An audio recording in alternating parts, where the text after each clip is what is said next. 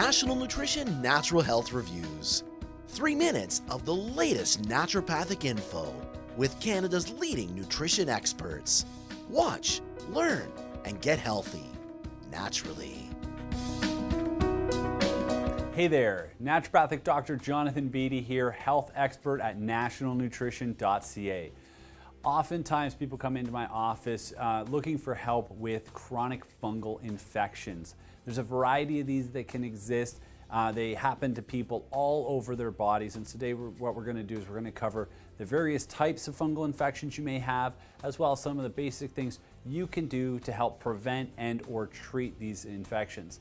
So some of the ones you probably need to be aware of: athlete's foot, probably the most common. Basically, when you get a skin fungal infection, most often in between the toes, hence we call it athlete's foot. Another type that many people may experience in their life is something called ringworm. It has nothing to do with rings nor worms, technically. It's actually a type of fungus. We call these fungi dermatophytes, or funguses that attack the skin. And then other types you may get are toenail or fingernail fungi. That can cause, again, thickening, yellowing, and weakening of the nails. And oftentimes what you see is the nail bed will actually separate from the skin, and it makes your nails almost lift up off your fingers or your toes. Quite an uncomfortable experience. And of course, the nails, they do tend to be more brittle, more easy, more prone to cracking. And then when that happens, you can also get a secondary bacterial infection inside the nail bed, which further complicates things. So those are some of the major fungal infections you can get. Fungal infections can affect many areas of the body. Other common areas underneath the breasts, in the armpits, or in the groin area.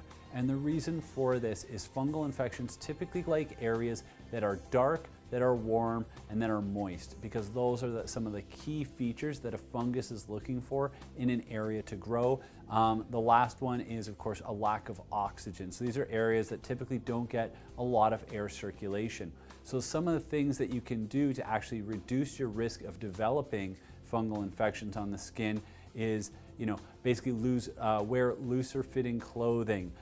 Make sure that if you do have areas that tend to get moist, either from sweat or maybe there's a lot of moisture in your job. If, say, you work in horticulture somewhere where you're exposed to a lot of water or moisture or humidity, helping your skin to dry out, airing out areas to help reduce the moisture can really help reduce the likelihood of catching a fungal infection or allowing that fungal infection to grow.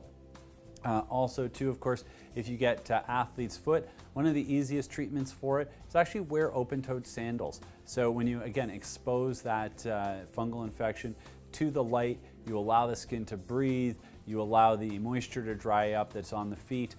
That in and of itself can prevent athlete's foot in the first place, as well as minimize the symptoms of it when you do develop it.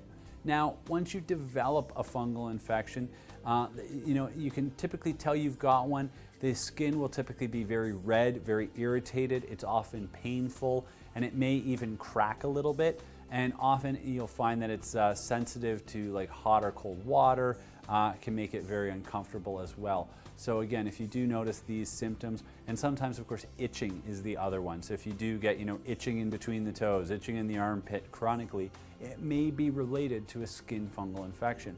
Once you've got them, what you want to do is treat them, and the easiest way to treat them, herbal antifungals. There's a couple of different herbs that naturally have an ability to kill fungi and help your body manage that infection. Some of the most popular ones and the most effective: oregano oil and tea tree oil. These are topical essential oils, things you would place right on the infection, and they naturally work to eliminate that infection and allow that tissue to heal. Additionally, you might want to do some central immune support. If your body is prone to developing fungal infections, often that means your immune system is weak. So things like vitamin C, zinc, and as well, even some herbs like Astragalus and Ginseng can help stimulate normal immune function, help your body eliminate those infections more effectively, and allow that tissue to heal up so that it doesn't get reinfected. So especially if you're treating nail fungus, one of the things you want to do is understand that the fungus doesn't occur in the nail. The nail's actually being produced at the nail bed. So what you actually want to do is treat the skin just below the nail, because that's where the nail is growing and that's where the fungus is actually housed.